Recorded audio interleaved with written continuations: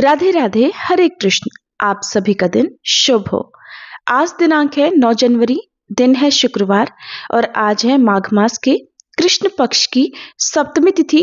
सप्तमी तिथि आज सुबह 7:06 से शुरू होगी और अगले दिन 10 जनवरी शनिवार को सुबह 8:24 पर समाप्त होगी। और आज ब्रह्म मुहूर्त सुबह 5:38 से 6:26 तक रहेगा। सूर्योदय होगा सुबह 7:14 पर, सूर्यास्त होगा शाम 5:53 पर। राहु काल सुबह 10:30 से दोपहर 12 बजे तक रहेगा और आज भद्रा भी लग रही है। भद्रा आज सुबह 7:15 से लेकर शाम 7:39 तक रहेगी। भद्रा का वास पाताल लोक में रहेगा और ये पृथ्वी लोक पर अशुभ नहीं होगी। आइए पहले सुनते हैं सीता नित्यनेम की कथा, उसके बाद आप सुनेंगे माघ मास महात्म्य का आज का अध्याय, फिर भागवत कथा। इस कहानी को सीता माता कहती थी और प्रभु श्री राम सुना करते थे। एक दिन श्री राम भगवान को किसी काम के लिए बाहर जाना पड़ा तो सीता माता कहने लगी कि भगवान, मेरा तो 12 वर्ष का नित्यनेम है, अब आप बाहर जाएंगे तो मैं अपनी कहानी किसे सुनाऊंगी। तब श्री राम ने कहा कि सीते, आप कुएं की पाल पर जाकर बैठ जाना और वहां पर जो भी औरतें पानी भरने आएंगी उन्हें अपनी कहानी सुना दिया करना। सीता माता कुएं की पाल पर जाकर बैठ गई। तभी एक स्त्री आई। उसने रेशम की जरी की साड़ी पहन रखी थी और सोने का घड़ा ले रखा था। सीता माता उसे देखकर कहने लगी, बहन, मेरा 12 वर्ष का नित्यनेम सुन लो। पर वह स्त्री बोली कि मैं तुम्हारा नित्यनेम सुनूंगी तो मुझे तो घर जाने में देर हो जाएगी और मेरी सास मुझसे झगड़ा करेगी। इसलिए उसने कहानी नहीं सुनी और अपने घर चली गई। लेकिन उसके घर जाते ही उसकी रेशम जरी की साड़ी फट गई। सोने का घड़ा मिट्टी के घड़े में बदल गया। सासू ने देखा तो पूछा, अरे बहू, ये किसका दोष अपने सिर लेकर आ गई है। बहू बोली, माँ जी, कुएं पर एक औरत बैठी थी, उसने अपनी कहानी सुनने के लिए कहा, लेकिन मैंने नहीं सुनी। शायद उसी का ये फल मुझे मिला है। बहू की बात सुनकर अगले दिन वही साड़ी और वही घड़ा लेकर सास कुएं की पाल पर गई। सास को वहीं पर सीता माता बैठी मिली तो माता सीता ने कहा, बहन, मेरी कहानी सुन लीजिए। सासू बोली, एक बार छोड़, मैं तो 4 बार कहानी सुन लूंगी। तब सीता माता बोली, राम आए लक्ष्मण आए, देश के पुजारी आए, नित नेम का नेम लाए, आओ राम बैठो राम, तपी रसोई जीमो राम, माखन मिश्री खाओ राम, दूध पताशा पियो राम, सूत के पलका मोठो राम, शाल दुशाला पोठो राम, शाल दुशाला ओढ़ो राम, जब बोलूं राम ही राम, राम सवारे सबके काम, खाली घर भंडार भरेंगे, सबका बेड़ा पार करेंगे, श्री राम जय जय राम। सासू बोली, बहन, कहानी तो बहुत अच्छी लगी। फिर कहानी सुनकर सासू घर चली गई और उसकी साड़ी फिर से रेशम जरी की बन गई। मिट्टी का घड़ा भी फिर वापस से सोने के घड़े में बदल गया। बहू ने देखा तो कहने लगी, सासू माँ, आपने ये सब कैसे किया। सासू बोली, बहू, तू दोष लगाकर आई थी और मैं अब दोष उतार कर आ रही हूँ। बहू ने पूछा कि माँ जी, वह कुएं वाली स्त्री कौन है। सासू ने बताया कि वह तो सीता माता थी। वो पुराने से नया कर देती हैं, खाली घर में भंडार भर देती हैं। वह लक्ष्मी जी का वास घर में कर देती हैं और मनुष्य की जो भी इच्छा हो उसे पूर्ण कर देती हैं। बहू बोली, माँ जी, फिर तो ऐसी कहानी मुझे भी सुना दो। सास बोली कि ठीक है, तुम भी सुनो। फिर सास ने कहानी शुरू की।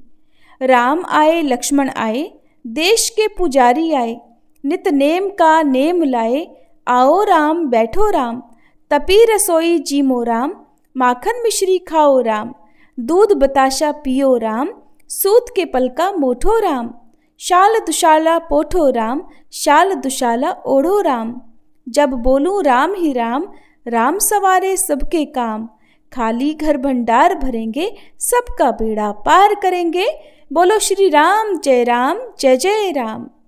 कहानी सुनकर बहू बोली, माँ जी, कहानी तो बहुत अच्छी है। सासू ने कहा, ठीक है, अब से हम इस कहानी को रोज किया करेंगे।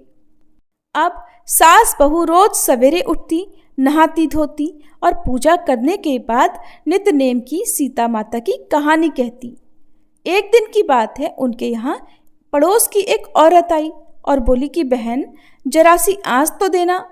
तो बहू बोली कि आँच तो अभी हमने जलाई ही नहीं। पड़ोसन बोली तो फिर तुम सुबह 4 बजे से उठकर क्या कर रही हो? तो उन्होंने कहा कि हम तो सुबह सुबह उठकर पूजा करते हैं, फिर सीता माता की नित्य नेम की कहानी कहते हैं। पड़ोसन ने उनकी बात सुनकर फिर कहा कि सीता माता की कहानी कहने से तुम्हें क्या मिला?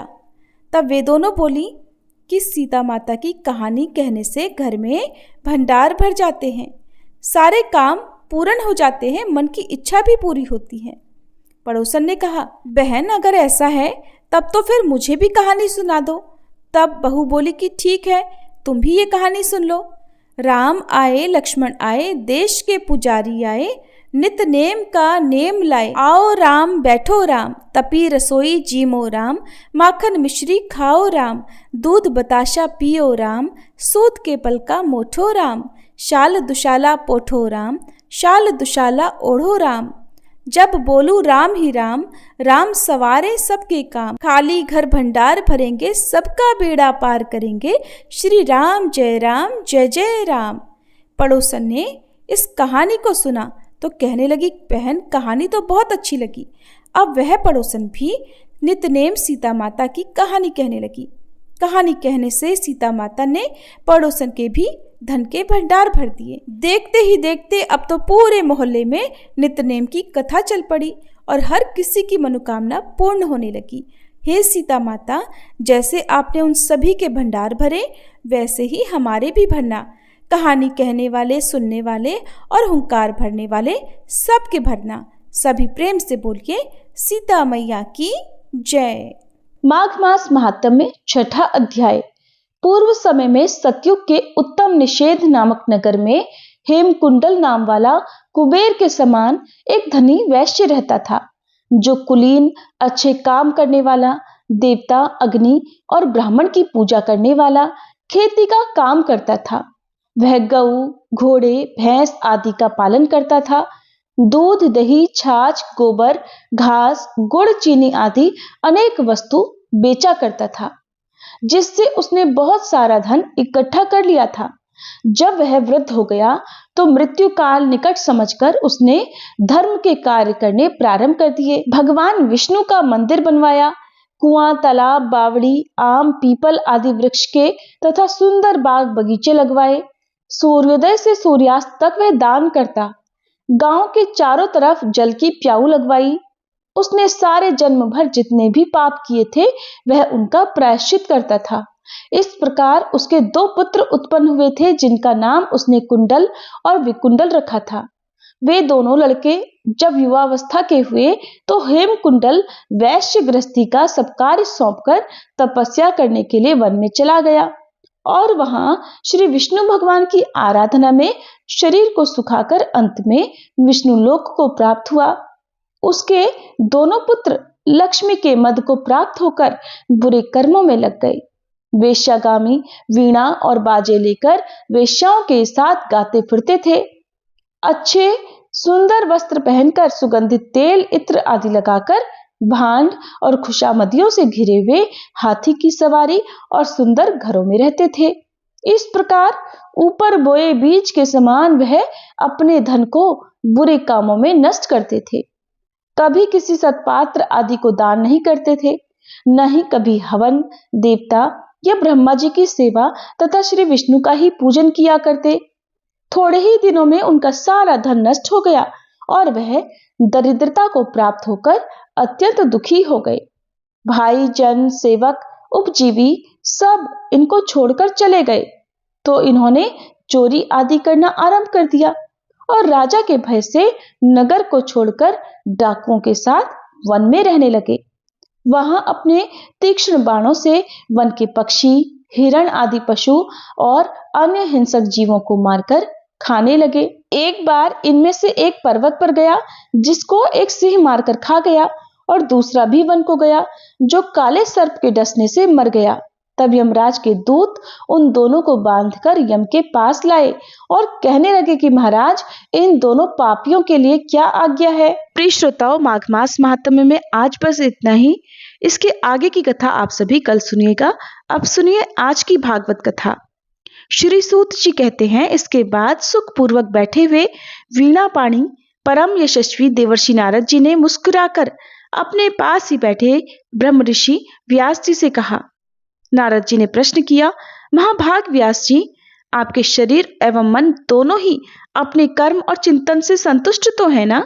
अवश्य ही आपकी जिज्ञासा तो भली भांति पूर्ण हो गई है, क्योंकि आपने जो ये महाभारत की रचना की है वो तो बड़ी ही अद्भुत है। वह धर्म आदि सभी पुरुषार्थों से परिपूर्ण है। सनातन ब्रह्म तत्व को भी आपने खूब विचारा है और जान भी लिया है। फिर भी आप प्रभु, आप अकृतार्थ पुरुष के समान अपने विषय में शोक क्यों कर रहे हैं? इतने व्याकुल क्यों हैं? तब व्यास जी ने कहा, देवर्षि, आपने मेरे विषय में जो कुछ कहा है वो सब ठीक ही है। वैसा होने पर भी मेरा हृदय संतुष्ट नहीं है। पता नहीं इसका क्या कारण है। आपका ज्ञान तो अगाध है। आप साक्षात ब्रह्मा जी के मानस पुत्र हैं, इसलिए मैं आपसे ही इसका कारण पूछता हूं। नारद जी, आप तो समस्त गोपनीय रहस्यों को जानते हैं, क्योंकि आपने उन पुराण पुरुष की उपासना की है जो प्रकृति पुरुष दोनों के स्वामी हैं और असंग रहते हुए भी अपने संकल्प मात्र से गुणों के द्वारा संसार की सृष्टि, स्थिति और प्रलय करते रहते हैं। तब नारद जी ने कहा, व्यास जी, आपने भगवान के निर्मल यश का गान प्रायः नहीं किया। मेरी ऐसी मान्यता है कि जिससे भगवान संतुष्ट नहीं होते वो शास्त्र या ज्ञान अधूरा है। आपने धर्म आदि पुरुषार्थों का जैसा निरूपण किया है, भगवान श्री कृष्ण की महिमा का वैसा निरूपण नहीं किया। जिस वाणी से, चाहे वो रस, भाव, अलंकार आदि से युक्त ही क्यों न हो, जगत को पवित्र करने वाले भगवान श्री कृष्ण के यश का कभी गान नहीं होता। वो तो कौवों के लिए उच्छिष्ट फेंकने की जगह के समान अपवित्र मानी जाती है। व्यास जी, आपकी दृष्टि अमोघ है। आप इस बात को जानिए कि आप पुरुषोत्तम भगवान के कला अवतार हैं। आपने अजन्मा होकर भी जगत के कल्याण के लिए जन्म ग्रहण किया है, इसलिए आप विशेष रूप से भगवान की लीलाओं का कीर्तन कीजिए। विद्वानों ने इस बात का निरूपण किया है कि मनुष्य की तपस्या, वेदाध्ययन, यज्ञानुष्ठान, स्वाध्याय, ज्ञान और दान का एकमात्र प्रयोजन यही है कि पुण्य कीर्ति श्री कृष्ण के गुणों और लीलाओं का वर्णन किया जाए।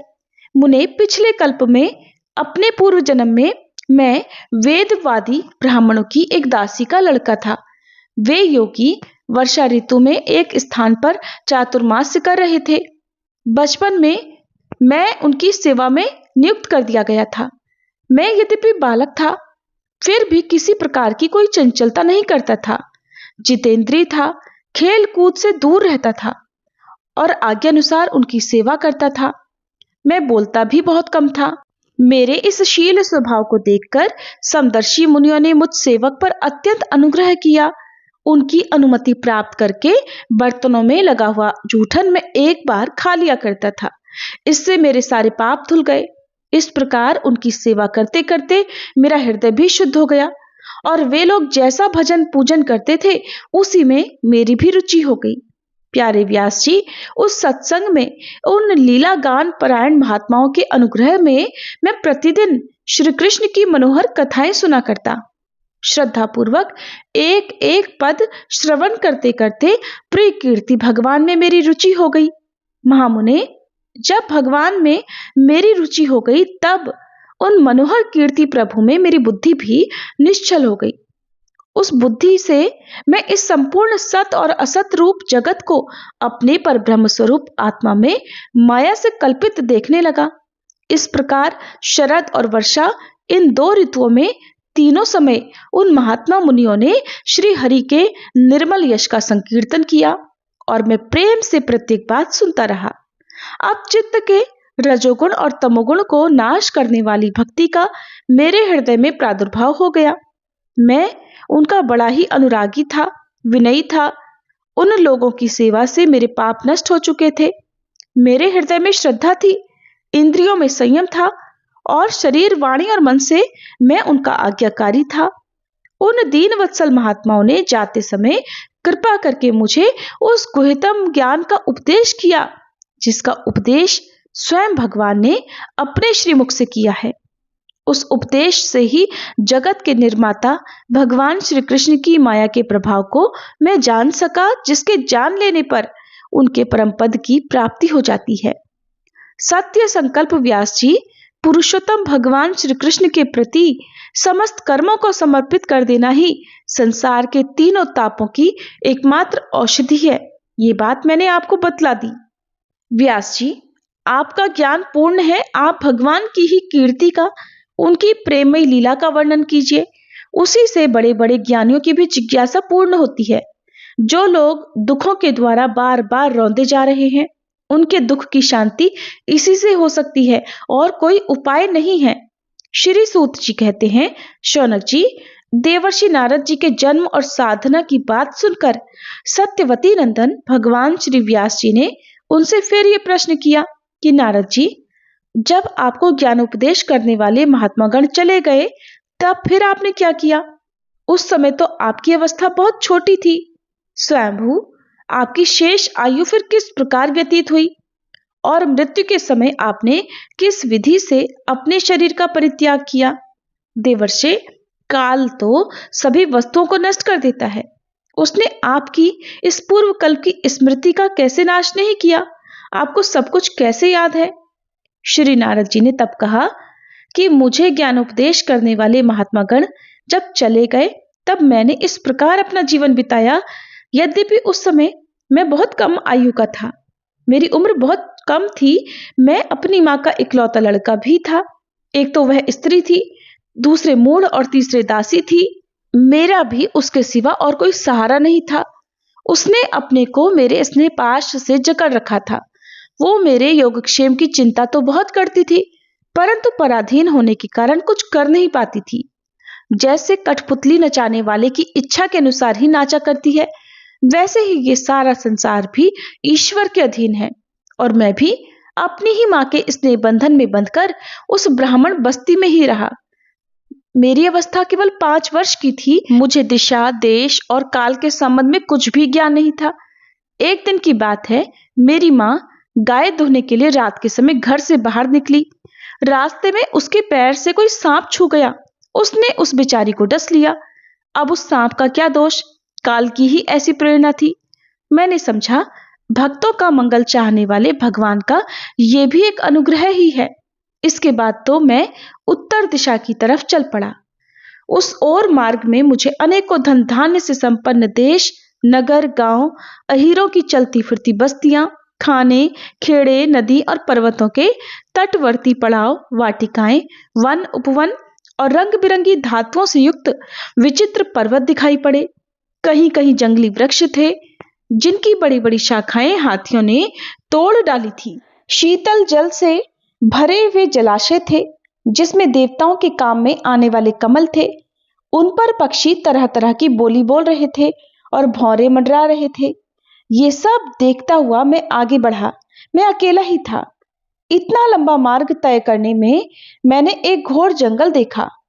उसमें नरकट, बांस, सेंठा, कुश, कीचक आदि खड़े थे।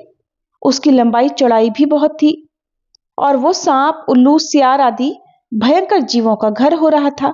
देखने में बड़ा डरावना लगता था। चलते चलते मेरा शरीर और इंद्रियां शिथिल हो गई, थक गई। फिर मुझे बड़े जोर की प्यास लगी और भूखा तो मैं था ही। वहां पर एक नदी मिली। उसके कुंड में मैंने स्नान, जलपान और आचमन किया, जिससे मेरी थकावट दूर हो गई।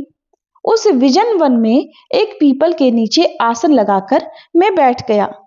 उन महात्माओं ने जैसा मैंने सुना था, हृदय में रहने वाले परमात्मा के उसी स्वरूप का मन ही मन ध्यान किया। भक्ति भाव से वशीकृत चित्त द्वारा भगवान के चरण कमलों का ध्यान करते ही भगवत प्राप्ति की उत्कट लालसा से मेरे नेत्रों में आंसू छलछला आए और हृदय में धीरे धीरे भगवान प्रकट हो गए। व्यास जी, उस समय प्रेम भाव के अत्यंत उद्वेग से मेरा रोम रोम पुलकित हो गया। हृदय अत्यंत शांत और शीतल हो गया। उस आनंद की बाढ़ में मैं ऐसा डूब गया कि मुझे अपना और ध्येय वस्तु का बिल्कुल भी भान नहीं रहा। भगवान का वह अनिर्वचनीय रूप समस्त शोकों का नाश करने वाला और मन के लिए अत्यंत लुभावना था।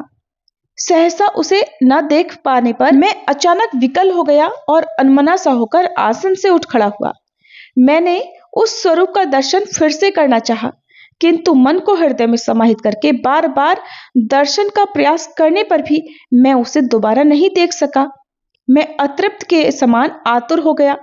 इस तरह निर्जन वन में मुझे प्रयत्न करते देख स्वयं भगवान ने, जो कि वाणी के विषय नहीं है, बड़ी गंभीर और मधुर वाणी से मेरे शोक को शांत करते हुए कहा, खेद है कि इस जन्म में तुम मेरा दर्शन नहीं कर सकोगे।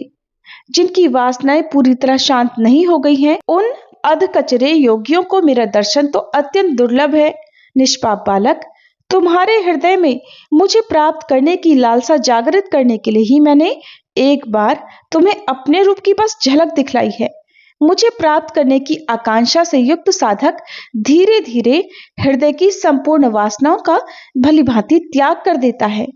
अल्पकालीन संत सेवा से तुम्हारी चित्त वृत्ति मुझ में स्थिर हो गई है। अब तुम इस प्राकृत मलिन शरीर को छोड़कर मेरे पार्षद हो जाओगे। मुझे प्राप्त करने का तुम्हारा ये दृढ़ निश्चय किसी प्रकार नहीं टूटेगा। समस्त सृष्टि का प्रलय हो जाने पर भी मेरी कृपा से तुम्हें मेरी स्मृति बनी रहेगी। आकाश के समान अव्यक्त सर्वशक्तिमान महान परमात्मा इतना कहकर चुप हो रहे। उनकी इस कृपा का अनुभव करके मैंने उन श्रेष्ठों से भी श्रेष्ठतर भगवान को सिर झुकाकर प्रणाम किया। तभी से मैं लज्जा संकोच छोड़कर भगवान के अत्यंत रहस्यमय और मंगलमय मधुर नामों और लीलाओं का कीर्तन और स्मरण करने लगा। व्यास जी, इस प्रकार भगवान की कृपा से मेरा शुद्ध हृदय हो गया, आसक्ति मिट गई और मैं श्री कृष्ण परायण हो गया। कुछ समय बाद जैसे एकाएक बिजली कौंध जाती है, वैसे ही अपने समय पर मेरी भी मृत्यु आ गई। मुझे शुद्ध भगवत पार्षद शरीर प्राप्त होने का अवसर आने पर प्रारब्ध कर्म समाप्त हो जाने के कारण 5 भौतिक शरीर नष्ट हो गया। कल्प के अंत में जिस समय भगवान नारायण एकार्णव के जल में शयन करते हैं, उस समय उनके हृदय में शयन करने की इच्छा से इस सारी सृष्टि को समेटकर ब्रह्मा जी जब प्रवेश करने लगे, तब उनकी सांस के साथ मैं भी उनके हृदय में प्रवेश कर गया। 1 सहस्त्र चतुर्युगी बीत जाने पर जब ब्रह्मा जी जगे और उन्होंने सृष्टि करने की इच्छा की, तब उनकी इंद्रियों से मरीचि आदि ऋषियों के साथ मैं भी प्रकट हो गया और तभी से मैं भगवान की कृपा से वैकुंठ आदि में और तीनों लोकों में बाहर और भीतर बिना रोक टोक विचरण किया करता हूँ। मेरे जीवन का व्रत भगवत जन अखंड रूप से चलता रहता है। व्यास जी, आप निष्पाप हैं। आपने मुझसे जो कुछ पूछा था वह सब अपने जन्म और साधना का रहस्य तथा आपकी आत्मसंतुष्टि का उपाय मैंने बतला दिया। श्री सूत जी कहते हैं, शौनक आदि ऋषियों, देवर्षि नारद ने व्यास जी से इस प्रकार कहकर जाने की अनुमति ली और वीणा बजाते हुए स्वच्छंद विचरण करने के लिए वे चल पड़े। आहा, ये देवर्षि नारद धन्य हैं, क्योंकि ये शारंगपाणि भगवान की कीर्ति को अपनी वीणा पर गा गाकर स्वयं तो आनंद मगन होते ही हैं, साथ ही स्त्री ताप्त जगत को भी आनंदित करते रहते हैं। श्री शौनक जी ने पूछा, सूत जी, सर्वज्ञ और सर्वशक्तिमान व्यास भगवान ने नारद जी का अभिप्राय सुन लिया, फिर उनके चले जाने पर उन्होंने क्या किया? सूत जी ने बताया, ब्रह्म नदी सरस्वती के पश्चिम तट पर शम्याप्रास नाम का एक आश्रम है। वहां ऋषियों के यज्ञ चलते ही रहते हैं। वहीं व्यास जी का अपना आश्रम है। उसके चारों ओर बेर का सुंदर वन है। उस आश्रम में बैठकर उन्होंने आचमन किया और स्वयं अपने मन को समाहित किया। उन्होंने भक्ति योग के द्वारा अपने मन को पूरी तरह एकाग्र और निर्मल करके आदि पुरुष परमात्मा और उनके आश्रय से रहने वाली माया को देखा। इसी माया से मोहित होकर ये जीव तीनों गुणों से अतीत होने पर भी अपने को त्रिगुणात्मक मान लेता है और इस मान्यता के कारण ही होने वाले अनर्थों को भोगता है। इन अनर्थों की शांति का साक्षात साधन है केवल भगवान का भक्ति योग। परंतु संसार के लोग इस बात को नहीं जानते। यही समझकर तो उन्होंने इस परमहंसों की संहिता श्रीमद् भागवत की रचना की। इसके श्रवण मात्र से पुरुषोत्तम भगवान श्री कृष्ण के प्रति परम प्रेममय भक्ति हो जाती है, जिससे जीव के शोक, मोह और भय नष्ट हो जाते हैं। उन्होंने इस भागवत संहिता का निर्माण और पुनरावृत्ति करके इसे अपने निवृत्ति परायण पुत्र श्री सुखदेव जी को पढ़ाया। शौनक जी ने पूछा, श्री सुखदेव जी तो अत्यंत निवृत्ति परायण हैं, उन्हें किसी भी वस्तु की अपेक्षा नहीं है, वे तो सदा आत्मा में ही रमण करते हैं, फिर उन्होंने किस लिए इस विशाल ग्रंथ का अध्ययन किया? श्री सूत जी ने कहा कि जो लोग ज्ञानी हैं, जिनकी अविद्या की गांठ खुल गई है और जो सदा आत्मा में ही रमण करने वाले हैं, वे भी भगवान की हेतु रहित भक्ति किया करते हैं, क्योंकि भगवान के गुण ही ऐसे मधुर हैं जो सबको अपनी ओर खींच लेते हैं। फिर श्री सुखदेव जी तो भगवान के भक्तों के अत्यंत प्रिय और स्वयं भगवान वेदव्यास के पुत्र हैं। भगवान के गुणों ने उनके हृदय को अपनी ओर खींच लिया और उन्होंने उससे विवश होकर ही इस विशाल ग्रंथ का अध्ययन किया। शौनक जी, अब मैं राजर्षि परीक्षित के जन्म, कर्म और मोक्ष की और पांडवों के स्वर्गारोहण की कथा कहता हूँ, क्योंकि इन्हीं से भगवान श्री कृष्ण की अनेकों कथाओं का उदय होता है। जिस समय महाभारत युद्ध में कौरव और पांडव दोनों पक्षों के बहुत से वीर वीरगति को प्राप्त हो चुके थे और भीमसेन की गदा के प्रहार से दुर्योधन की जांघ टूट चुकी थी, तब अश्वत्थामा ने अपने स्वामी दुर्योधन का प्रिय कार्य समझकर द्रौपदी के सोते हुए पुत्रों के सिर काटकर उसे भेंट किए। ये घटना दुर्योधन को भी अप्रिय ही लगी, क्योंकि ऐसे नीच कर्म की तो सभी निंदा ही करते हैं। उन बालकों की माता द्रौपदी अपने पुत्रों का निधन सुनकर अत्यंत दुखी हो गई। उनकी आंखों में आंसू छलछलाए, वह रोने लगी।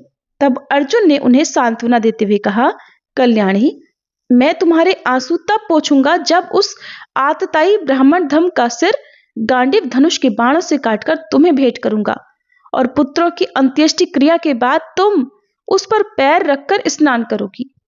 अर्जुन ने इन मीठी और विचित्र बातों से द्रौपदी को सांत्वना दी और अपने मित्र भगवान श्री कृष्ण की सलाह से उन्हें सारथी बनाकर कवच धारण करके और अपने भयानक गांडीव धनुष को लेकर वे रथ पर सवार हो गए तथा गुरुपुत्र अश्वत्थामा के पीछे दौड़ पड़े। उधर बच्चों की हत्या से अश्वत्थामा का मन भी उद्विग्न हो गया था। जब उसने दूर से ही देखा कि अर्जुन मेरी ओर झपटे हुए आ रहे हैं, तो वह अपने प्राणों की रक्षा के लिए पृथ्वी पर जहां तक भाग सकता था, रुद्र से भयभीत सूर्य की तरह भागता रहा। जब उसने देखा कि मेरे रथ के घोड़े थक गए हैं, मैं बिल्कुल अकेला पड़ गया हूं, तब उसने अपने आप को बचाने का एकमात्र साधन ब्रह्मास्त्र ही समझा। यद्यपि उसे ब्रह्मास्त्र को लौटाने की विधि पता नहीं थी, फिर भी प्राणों को संकट में पड़ा देखकर उसने आचमन किया और ध्यानमग्न होकर ब्रह्मास्त्र का संधान किया।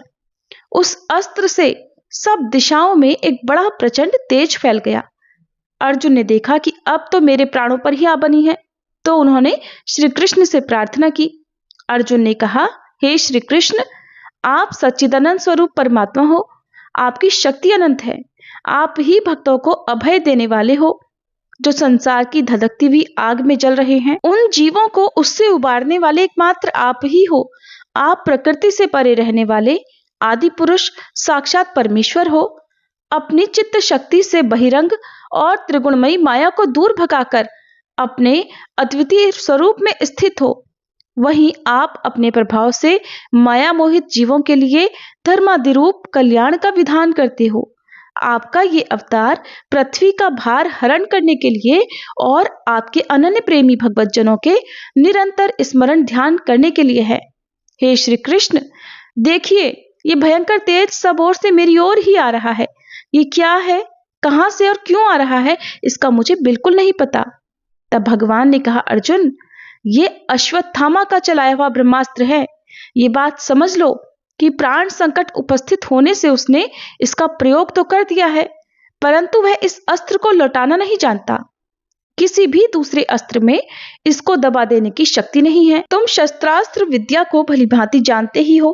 ब्रह्मास्त्र के तेज से ही इस ब्रह्मास्त्र की प्रचंड अग्नि को बुझा दूं।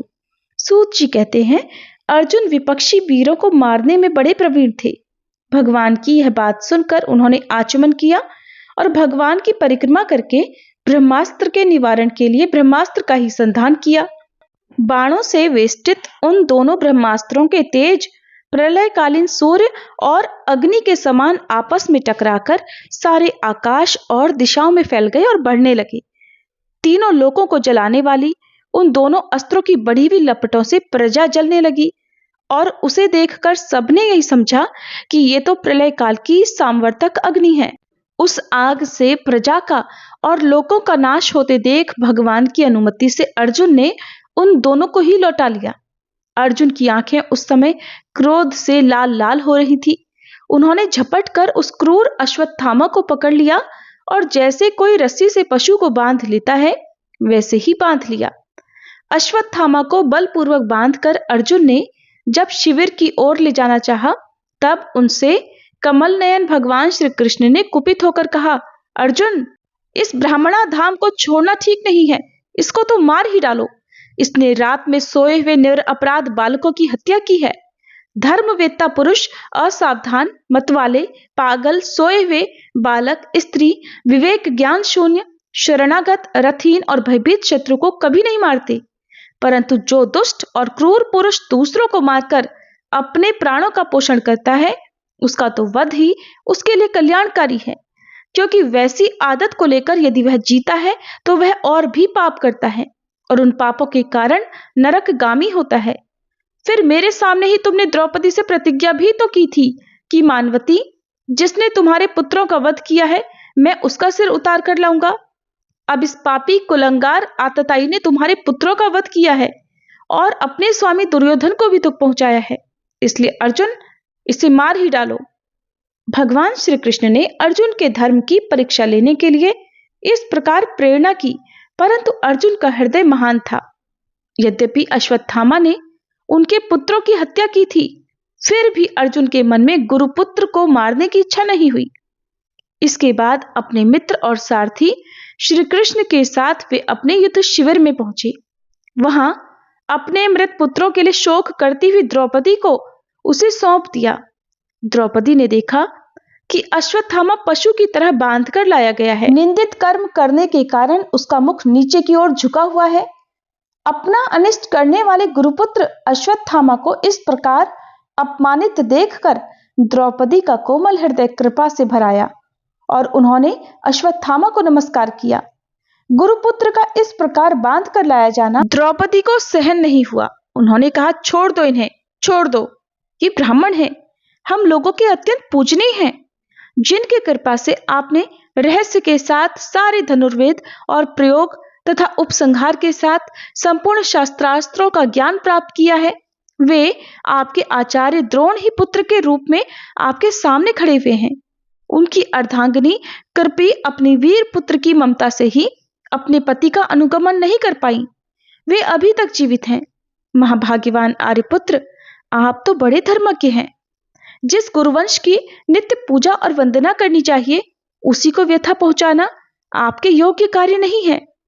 जैसे अपने बच्चों के मर जाने से मैं दुखी होकर रो रही हूं और मेरी आंखों से बार बार आंसू बह रहे हैं, वैसे ही इनकी माता पतिव्रता गौतमी न रोएं। जो उच्छृंखल राजा अपने कुकृत्यों से ब्राह्मण कुल को कुपित कर देते हैं, वह कुपित ब्राह्मण कुल उन राजाओं को सपरिवार शोकाग्नि में डालकर शीघ्र ही भस्म कर देता है। सूत जी ने कहा, शौनक आदि ऋषियों, द्रौपदी की यह बात धर्म और न्याय के अनुकूल थी। उसमें कपट नहीं था, करुणा और समता थी।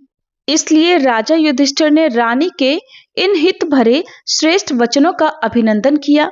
साथ ही नकुल, सहदेव, सात्यकी, अर्जुन, स्वयं भगवान श्री कृष्ण और वहां पर उपस्थित सभी नर नारियों ने द्रौपदी की बात का समर्थन किया। उस समय क्रोधित होकर भीमसेन ने कहा, जिसने सोते हुए बच्चों को न अपने लिए और न ही अपने स्वामी के लिए बल्कि व्यर्थ ही मार डाला, उसका तो वध ही उत्तम है।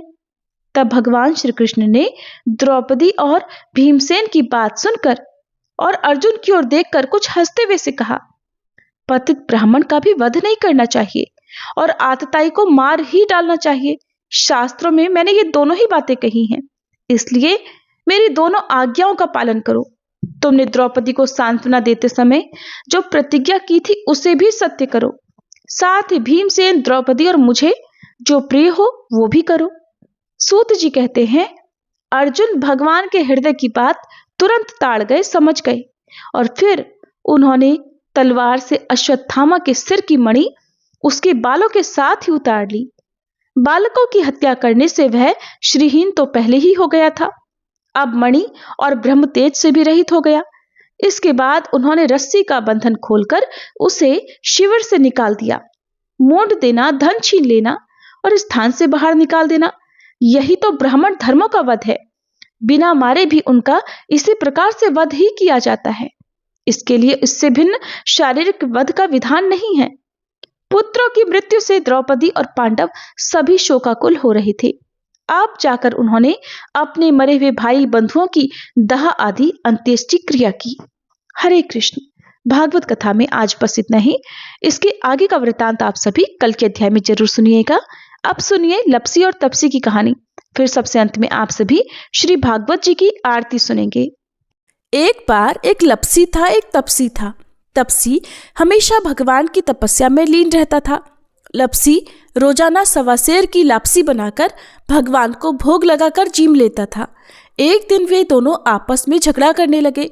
तपसी बोला, मैं रोज भगवान की तपस्या करता हूँ, इसलिए मैं बड़ा हूँ।